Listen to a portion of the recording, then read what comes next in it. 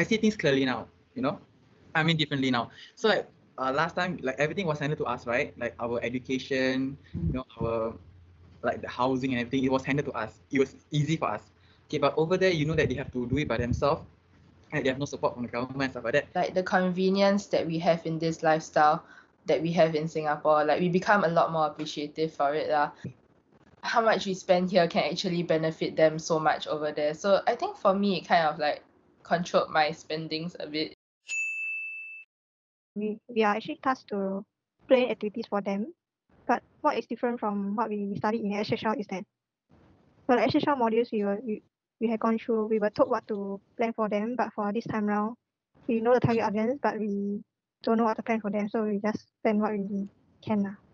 Yeah, so like what Lee said, in school we learn, or usually the case study that we're given is all like very specific, or like even if it's general, we know the basic information that we need to have. But over there was really just like throwing us into the water and then like making us swim while we're there. So we had to improvise quite a bit also. I think it really starts from our circle of friends, like influencing them to like join service learning projects or like the community involvement programs that we could possibly have. So like for me, what I'm doing now is that because like I joined service learning club also, so I'm trying to like rope my friends in. Yeah, it's definitely important because like I think it's an area for self growth also, because you tend to reflect a lot on like the things that you do and like the conditions that you're in. So yeah, it's definitely beneficial for everyone also. So what we can do to raise awareness is that in poly we have the M.A.D showcase, right, where we showcase service learning trips, you know, and what they did and how they can help impact the people over there, right? So same thing for secondary school or primary school, they can have this kind of trips.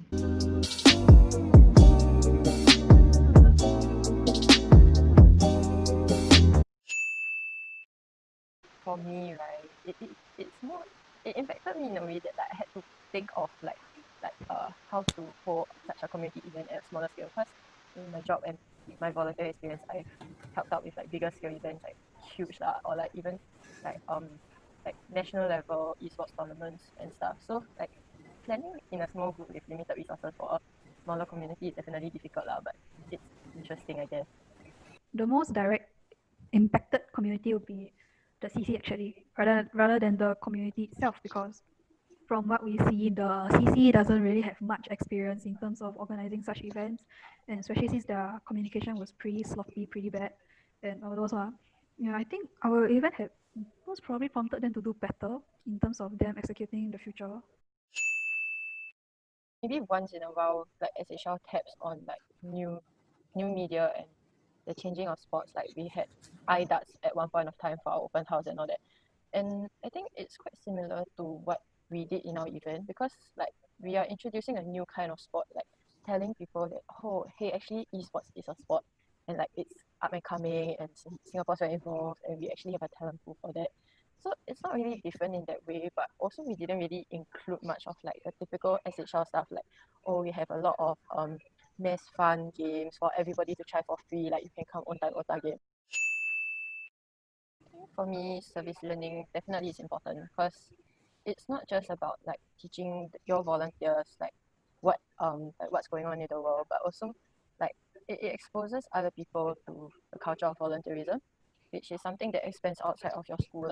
The main way to create awareness and create the enthusiasm for service learning among youth is not through incentives alone, but more of shared experiences. Like volunteering and service learning is not just about, oh, I get to meet new people, or I get to do this, or like I get a free voucher or get transport allowance if I complete it. It's more of like don't do it for the sake of doing it, do it because you're interested in doing it. And there's a lot more to learn out there than just through books and through videos or however else you learn.